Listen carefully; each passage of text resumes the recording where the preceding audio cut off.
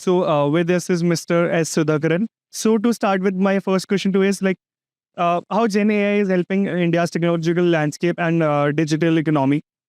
Okay. When we talk about generative AI, more than helping, right now it is doing more harm because people without the awareness, we need to understand why is it being offered free.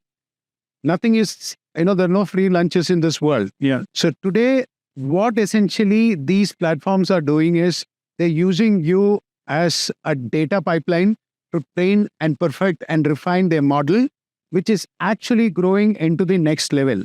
For example, Sam Altman, a couple of weeks back said that GPT-5 will make GPT-4 look like an amoeba, right? He goes on to say that GPT-4 sucks.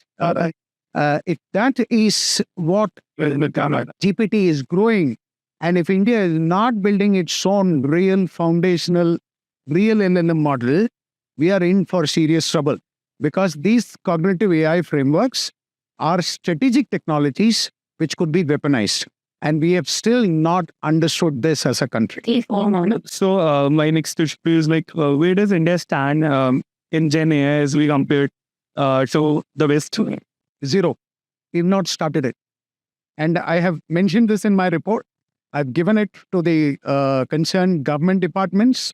In fact, the biggest problem today is there are a lot of companies masquerading, saying that they have built their own indigenous models, whereas what they're doing is writing wrappers around it, which means they're taking inputs from you, serving it to the backend models from Facebook and OpenAI and Microsoft, and giving the answer, making it look like they built it. But actually speaking, we are not in the race.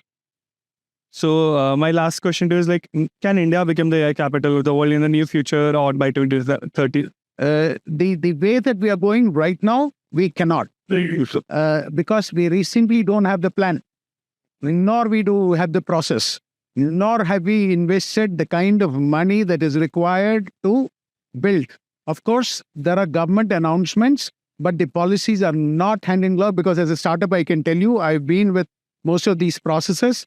To build one large language model, it takes at least 3,000 to 5,000 GPUs. And each GPU costs nothing less than 25 to 40 lakhs per unit. So you know what is the kind of costs that we are talking about. Yeah. So unless and until the government can open up and select the real guys who can do it, pursue it at par with the nuclear program, we're not going to be anywhere near. Thank you. Thank you so much for the interview. Thanks.